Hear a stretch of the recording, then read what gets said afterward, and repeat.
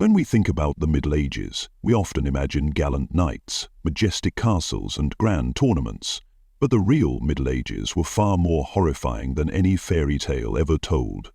Behind the grand halls and stone walls, people lived in conditions so filthy, so shockingly disgusting, that it defies belief.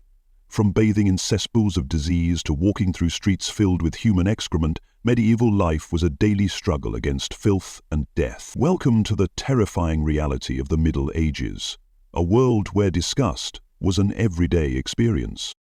The Middle Ages, stretching roughly from the 5th to the 15th century, were marked not only by political chaos and war, but also by some of the filthiest customs humanity has ever practiced. Hygiene, health, and common sense often took a backseat to superstition, ignorance, and survival instincts. Let's step into their world if you dare. Bathing in disease. Public baths were seen as places of social gathering, not just hygiene. However, these cleansing centers were horrifying cesspools of bacteria. Hundreds of people would bathe in the same warm, stagnant water, their body oils, sweat, dirt, and even open wounds contaminating every drop. Worse yet, the water was rarely changed, meaning a person stepping in was not just bathing, but immersing themselves in weeks' worth of bodily filth. Skin diseases, lice infestations, and contagious illnesses spread rapidly through these so-called bathhouses of death, streets overflowing with human waste. Medieval cities had no proper sewage systems. Instead, human and animal waste was dumped straight onto the streets. Residents would simply throw full chamber pots out their windows, sometimes shouting "Gardaloo" as a warning to anyone below. The streets were not just muddy, they were rivers of excrement, rotting food and animal carcasses. Rats thrived in these filthy environments, carrying deadly diseases like the plague right into people's homes. Walking down a street in medieval London or Paris wasn't just unpleasant, it was life-threatening. Medical madness, bloodletting. Sickness was met with brutal medical treatments that often did more harm than good. Chief among them was bloodletting, the practice of cutting a patient open to drain their blood. Doctors believed that imbalanced bodily fluids caused illness, and blood was the first target. Barbers and untrained surgeons performed these gruesome procedures, slicing veins and bleeding patients sometimes until they fainted or died. Instead of curing diseases, bloodletting left people even weaker, opening the door for infections and death. Filthy fashion, wearing rotting animal skin. In cold regions, clothing made from properly treated fabrics was rare and expensive. Poorer folk had little choice but to wear animal skins, often untreated or only crudely tanned. These skins decayed quickly, becoming breeding grounds for fleas, lice, and bacteria. The smell was overwhelming, a mix of rotting flesh and sweat. People lived, slept, and worked in these filthy garments for months without washing them, trapped in a cocoon of disease, dining on rote. With no refrigeration technology, preserving meat and produce was a risky business. Even salted or smoked meats often went bad. The poor especially had to consume food that was clearly spoiled, meat crawling with maggots, vegetables covered in mold, and bread so hard it could chip teeth. Food poisoning, diarrhea, and deadly parasitic infections were everyday risks. Hunger was so rampant that people often chose eating rotting food over starving to death. Dental disaster. Forget about brushing twice a day. In the Middle Ages, dental hygiene was almost non-existent. People sometimes used rough cloths or sticks to rub their teeth, but for the most part decay ran rampant. Teeth turned black, rotted away, and often fell out. Mouth infections were common and fatal. The wealthy sometimes replaced missing teeth with artificial ones made of bone, ivory, or even lead, which poisoned them over time. Fear of cleanliness. It seems absurd today, but in medieval times, many people genuinely believed that bathing was dangerous. They thought warm water opened the pores, letting bad air and evil spirits into the body. Consequently, many individuals went for months, even years, without a full bath. Instead, they relied heavily on perfumes, oils, and powders to mask their horrifying stench. Personal hygiene was seen as not just unnecessary, but actively risky. If you think the horrors of medieval life ended at filthy streets and bloodletting doctors, you are sadly mistaken. The deeper you dig into the daily customs of the Middle Ages, the more disturbing it becomes. Survival wasn't just difficult, it was absolutely revolting. The butcher's alley, rivers of blood. In almost every medieval town, there was a designated butcher's street where animals were slaughtered and sold. These alleys were blood-soaked nightmares. Fresh animal carcasses were hung in the open air, swarmed by flies and rats. Blood flowed freely through open gutters, mixing with mud and waste. The stench of rotting flesh was so overpowering that some townspeople stuffed herbs or flowers into their noses just to walk by. It was a horrifying, relentless scene of death, decay, and disease, and yet it was considered completely normal. Urine, the household cleaner. While today we associate cleaning with pleasant-smelling soaps and detergents, medieval people had a very different approach. They used urine, yes, human urine, as a cleaning agent. Full barrels of stale urine stood in homes and workshops, used for washing clothes and tanning leather. The ammonia in urine acted as a cleaning chemical. However, the smell was unbearable, and many homes reeked of aged bodily waste. Imagine putting on a freshly cleaned shirt that still carried the pungent scent of human ammonia. Corpse-contaminated rivers. Water was already filthy, but during times of plague, war, or famine, rivers became even worse. When graveyards overflowed, bodies were often dumped directly into rivers. Bloated corpses floated downstream, contaminating the very water people relied on for drinking, cooking, and washing. Typhoid, dysentery, and other waterborne diseases exploded through medieval towns, claiming countless lives. And yet, desperate people continued to drink from these rivers, unknowingly sealing their fate. Things infested with vermin. Medieval houses were small, dark, and made from materials like mud, straw, and poorly cut wood. Perfect homes for rats, lice, fleas, and other parasites. Families often shared 1 or 2 rooms, sleeping close together for warmth. Bedding was rarely washed, creating an ideal breeding ground for pests. Lice crawled through hair and clothes. Fleas nested in mattresses, rats chewed through walls and carried the deadly plague. People lived side by side with disease-carrying vermin, unable and sometimes unwilling to fight the infestation. Disgusting medieval perfumes. In an attempt to cover up the omnipresent body odor, medieval elites developed perfumes made from some of the most foul-smelling substances imaginable.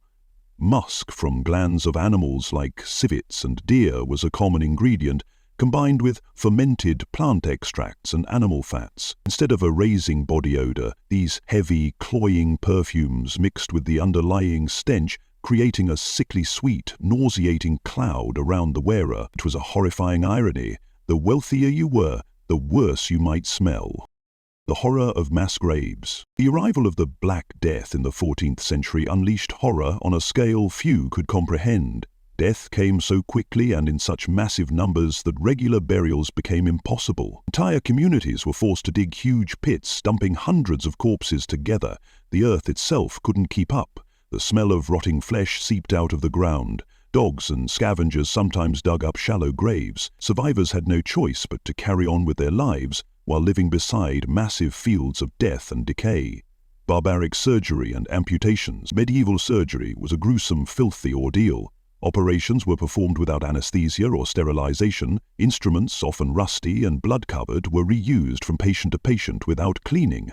Surgeons would cut into flesh with dirty knives, sometimes stuffing wounds with moss, moldy bread, or cobwebs to promote healing. In truth, these so-called treatments led to severe infections, gangrene, and slow, agonizing deaths. Surgery was not a path to recovery. It was often a one-way ticket to the grave. Medieval life was not just uncomfortable, it was a constant dance with death, disease, and unbearable disgust. Every breath, every bite, every step outside brought new horrors. For those living in the Middle Ages, survival meant enduring a world soaked in filth and terror, where every day was a battle against forces they barely understood. As if the filthy streets, contaminated water, and vermin-filled homes weren't enough, medieval society held some of the most bizarre and nauseating beliefs about personal hygiene and beauty. In this final part, we dive into the disgusting practices that even the wealthiest and most powerful embraced without shame. Queen Isabella of Castile, the two-bath queen. Queen Isabella of Castile, one of the most powerful rulers in medieval Spain, proudly boasted that she had only bathed twice in her entire life, once at her birth and once before her wedding. This wasn't seen as shocking at the time. In fact, minimal bathing was a cultural norm, even among royalty. Bathing was feared because people believed it opened the skin to disease, so instead of regular washing, even queens preferred to live layered in sweat, perfume, and the dust of the roads they travelled. Isabella's case wasn't unique. Across Europe, rulers and nobles often bathed only a handful of times in their lifetimes, relying instead on heavy clothing, scented oils, and prayer to protect them from illness and from the unbearable stench that clung to them. Weddings and bouquets. Hiding the stench. Medieval weddings were not the fairy tale events we imagine today. Weddings were traditionally held in June, just after May, the month when most people took their annual bath. By June, the faint freshness of that rare washing had started to fade. To cover the growing body odor, brides carried large bouquets of aromatic flowers. The bouquet wasn't merely decorative, it was a survival tool, masking the overwhelming smell that hung around the wedding guest. This custom also explains why, even today, brides traditionally carry flowers during weddings, a lingering echo of a time when people simply smelled too awful to stand near. Fans. Shields against bad breath and rotting teeth. If you imagine medieval ladies gracefully fluttering fans for elegance, think again. Fans served a very practical and very disgusting purpose. They helped women hide their decayed, rotting teeth and deflect their foul breath from others. Dental care was virtually non-existent, and sugar, while a luxury, destroyed teeth quickly. A mouthful of blackened, broken teeth was common even among the wealthiest classes. Women would hold fans in front of their mouths during conversation, hoping to hide the terrible state of their teeth and prevent the smell of rot from overwhelming those they spoke to. Oily hair and lice, a fashionable nightmare. In medieval beauty standards, long hair was prized, and the oilier the better. Washing hair was rare, and instead people applied natural oils or animal fats to keep it shiny. Dirty, greasy hair wasn't just tolerated, it was admired. However, this created the perfect environment for lice. Tiaras, hats, and headdresses were commonly worn, not just as symbols of status, but to hide infestations and prevent lice from falling into food. Fashion and filth walked hand in hand, quite literally crawling over the heads of Europe's noble and common people alike. Rotten teeth as a status symbol. Believe it or not, in the Middle Ages, having rotting, yellow, or blackened teeth was considered a sign of wealth.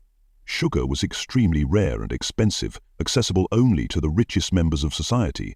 Consuming sugar caused severe tooth decay, but instead of being embarrassed, nobles flaunted their ruined smiles as proof of their affluence. The more rotten your teeth, the wealthier you appeared. In a strange twist, poor peasants with healthier but less sugar-damaged teeth were considered lower class because their smiles weren't spoiled enough. Fear of washing intimate areas. Among the many dangerous myths of medieval medicine, one particularly harmful belief targeted women. It was thought that if a woman washed her intimate parts too often, she would become infertile. This superstition discouraged even basic hygiene. As a result, many women lived with constant infections, odors, and diseases, often in silence and shame. Doctors warned against excessive washing, promoting filth as a necessary part of preserving a woman's ability to bear children. Hygiene wasn't just neglected, it was actively feared, creating an environment where disease thrived unchecked. The Middle Ages are often romanticized in stories and movies, but the true reality was far darker and far filthier. Behind the grand castles and shimmering gowns lay a world ruled by superstition, decay, and horrifying customs that made daily survival a nightmare. From the mightiest queens to the humblest peasants, no one could escape the stench, the disease, and the disgusting habits that defined an entire era. Understanding the past reminds us how far humanity has come and how close we once lived to chaos, rot, and death, all while thinking it was simply the way life was meant to be.